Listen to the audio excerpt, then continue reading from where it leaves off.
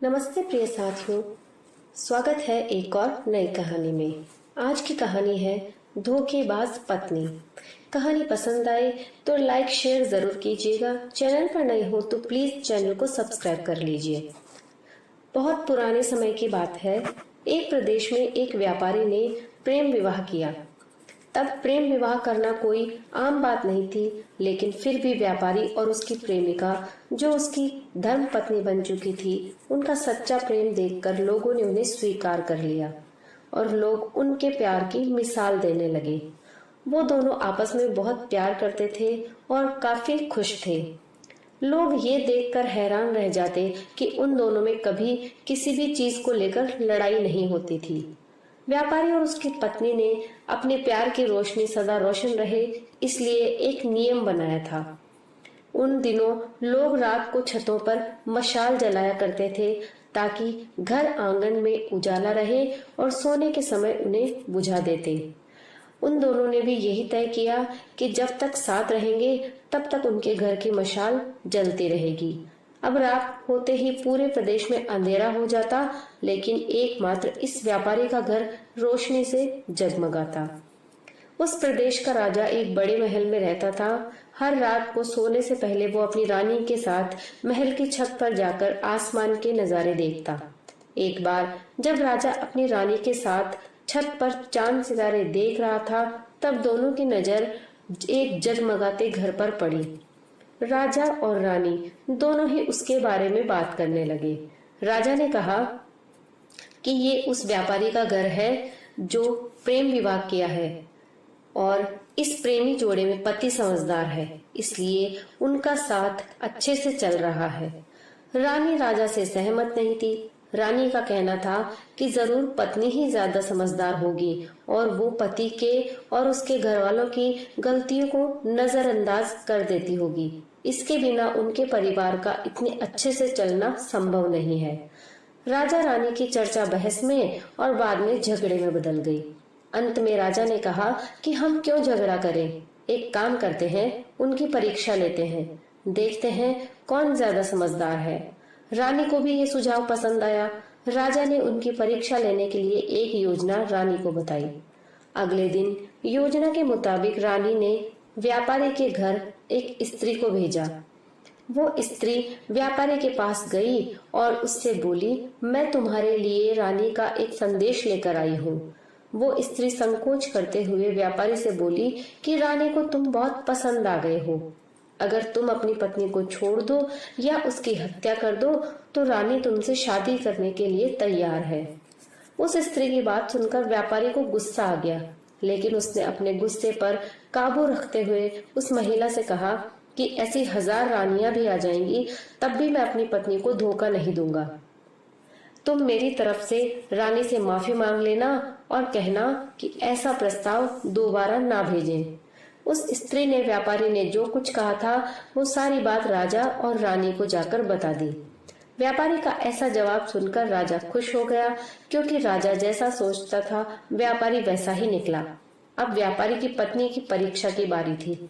राजा ने एक आदमी को उसके पास भेजा। आदमी ने व्यापारी की पत्नी से कहा, राजा को तुम पसंद आ गई हो। राजा ने कहा है, अगर तुम अपने पति को मार देती हो तो वो तुम्हें उनकी रानी बना लेंगे। आदमी की बातें सुनकर पहले तो व्यापारी की पत्नी कुछ भी नहीं बोली। जब आदमी वहां से जाने लगा तब पीछे से व्यापारी की पत्नी ने कहा कि आज रात को जब मशाल बुझ जाएगी तो समझ लेना कि मैंने अपने पति की हत्या कर दी है। राजा के आदमी ने इस घटना का वर्णन राजा और रानी के सामने जाकर किया। राजा को व्यापारी की पत्नी पर काफी गुस्सा आया, लेकिन रानी ने राजा से कहा कि वो सिर्फ ऐसा कह सकती है, कर नहीं सकती। आखिर वो उसकी पत्नी है और प्रेमिका भी। राजा ने तय किया कि व्यापारी को खतरे में नहीं डालना चाहिए, इसलिए राजा ने अपने कुछ सिपाहियों को आदेश देकर उसके घर के पास खड़ा रहने के लिए कहा। राजा ने उनको समझाया कि जैसे ही व्यापारी के घर की मशाल बुझे तो तुरंत उसके घर में घुस जाना और व्यापारी को बचा लेना। रात होते ही राजा और रानी अपने महल की छत पर आकर व्यापारी के घर की तरफ देखने लगे। आधी रात हो गई, लेकिन कुछ भी नहीं हुआ। रानी राजा से कहने लगी, देखो मैं ना कहती थी कि वो सिर्फ कह सकती है, ऐसा कर नहीं सकती। रानी ने ये शब्द कहे ही थे कि राजा ने देखा कि व्यापारी के घर की मशाल बुझ चुकी है। राजा को व्यापारी की चिंता होने लगी। थोड़ी देर बाद राजा के वो सिपाही जो व्यापारी की सुरक्षा के लिए वहां खड़े थे, राजा के पास आए और उन्होंने राजा को व्यापारी की मौत की खबर सुनाई। राजा ने कहा, तुम्हारे होते हुए व्यापारी कैसे मर सकता है? सिपाहियों ने कहा कि उसकी पत्नी ने दिन में ही जहर दे दिया था और रात को पति के मरने के बाद उसने घर की मशाल बुझाई, इसलिए हम कुछ भी नहीं कर पाए। राजा को इस घटना से न सिर्फ व्यापारी की पत्नी बल्कि औरत जात से ही नफरत हो गई। व्यापारी की पत्नी की बेवफाई के विचार उसे पूरी रात आते रहे। राजा उस रात 1 मिनट भी नहीं सो पाया। राजा को इस बात का काफी पश्चाताप हुआ कि उसकी वजह से व्यापारी को अपनी जान गंवानी पड़ी। सवेरे राजा ने अपने एक मंत्री को बुलाया और उसे आदेश दिया कि मैं शिकार करने जा रहा हूँ। जब तक मैं लौटूंगा इस प्रदेश की सभी महिलाओं को गला काट कर मार देना।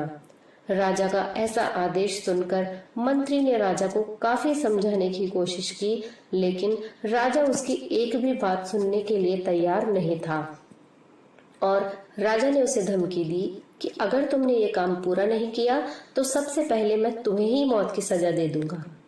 राजा के शिकार पर जाने के बाद मंत्री काफी चिंता में डूब गया।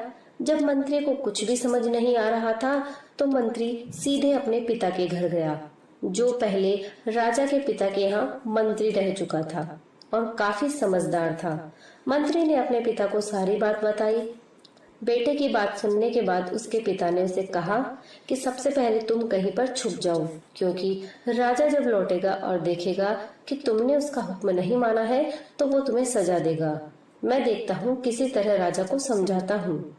रात को जब राजा लौटा और उसने देखा कि उसके प्रदेश में सभी महिलाएं पहले की तरह ही अपना काम कर रही हैं, घूम रही हैं, तो उसे मंत्री पर बहुत गुस्सा आया। हर जगह तलाश करने के बाद जब मंत्री नहीं मिला तो राजा सीधे मंत्री के पिता के घर जा पहुंचा। राजा ने मंत्री के पिता से मंत्री के बारे में पूछा। मंत्री के पिता ने राजा को शांत करने के लिए पानी दिया, बैठने के लिए कहा और बाद में राजा से पूछा कि आप क्यों सभी महिलाओं को मारना चाहते हैं। राजा ने व्यापारी की पूरी कहानी मंत्री को पिता को बताई। मंत्री के पिता ने राजा से कहा, आपने जो फैसला किया है मैं उसे सही या गलत नहीं बता रहा हूँ, लेकिन मैं जो एक छोटी सी कहानी जो मैं मंत्री था तब मेरे साथ घटित हुई थी वो मैं आपको सुनाता हूँ। उसे सुनने के बाद आप जो फैसला करेंगे वो हम सब मान लेंगे। मंत्री के पिता ने कहा, एक दिन मैं जंगल से गुजर रहा था। अचानक एक नकाबपोश घोड़े पर सवार होकर आया और मुझे बंदी बनाकर घसीटते हुए कब्रिस्तान लेकर गया। वो मुझे एक कब्र के पास लेकर आया। वहां पर पहले से एक कब्र खुदी हुई थी और एक सरकटा आदमी उस कब्र में था। उस नकाबपोश ने मुझे उस कब्र में मिट्टी डालने के लिए कहा। जब मैंने कब्र को पूरी तरह मिट्टी से ढक दिया तब उसने मुझे बाजू में एक और कब्र खोदने के लिए कहा। मुझे लगा कि ये दूसरी कब्र मेरे लिए ही खोदी जा रही है। कब्र पूरी तरह तैयार होने के बाद उस नकाबपोश ने अपने चेहरे से नकाब हटाया तो मैं देखकर चौंक गया, क्योंकि वो एक बहुत सुंदर महिला थी। उसने मुझसे कहा कि तुम डरो मत, ये कब्र तुम्हारे लिए नहीं बल्कि मेरे लिए खुदवाई है। अभी अभी जो तुमने इस सरकटे आदमी को दफन किया है वो एक राजकुमार है जिसने मुझे पाने के लिए मेरे पति की हत्या कर दी और मैंने बदला लेने के लिए उसे मार दिया। मैं अपने पति से बहुत ज्यादा प्यार करती हूँ, इसलिए मैं इस जन्म में जिंदा नहीं रहना चाहती और उनके कब्र के बाजू में मरकर दफन होना चाहती हूँ ताकि अगले जन्म में फिर से उनसे मिल सकूं। इतना कहकर उस महिला ने अपनी गर्दन पर चाकू रखकर गर्दन काट ली और उस कब्र में गिर पड़ी।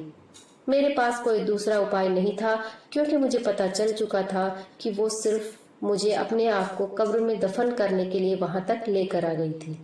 मैंने उसे दफन किया और अपने घर वापस लौट आया। महाराज, आपने जिस घटना को देखा है उसमें एक महिला ने धोखेबाजी की है, लेकिन मैंने जो कहानी सुनाई है, मैंने जिस घटना को अनुभव किया है, उसमें एक महिला ने अपने पति के प्यार में अपनी जान दे दी। अब आप ही बताइए महाराज, अगर एक महिला बेवफा निकली तो क्या सभी महिलाएं बेवफा होंगी? एक महिला के किए की सजा सभी महिलाओं को देना क्या उचित होगा? राजा को बूढ़े मंत्री की बात अच्छी तरह समझ में आ गई और उसने सभी महिलाओं को मारने का ख्याल अपने मन से निकाल दिया। दोस्तों, कहानी यही समाप्त होती है। इस कहानी से हमें सीख मिलती है कि हमें एक आदमी का व्यवहार देखकर बाकी सबके लिए कोई फैसला नहीं करना चाहिए।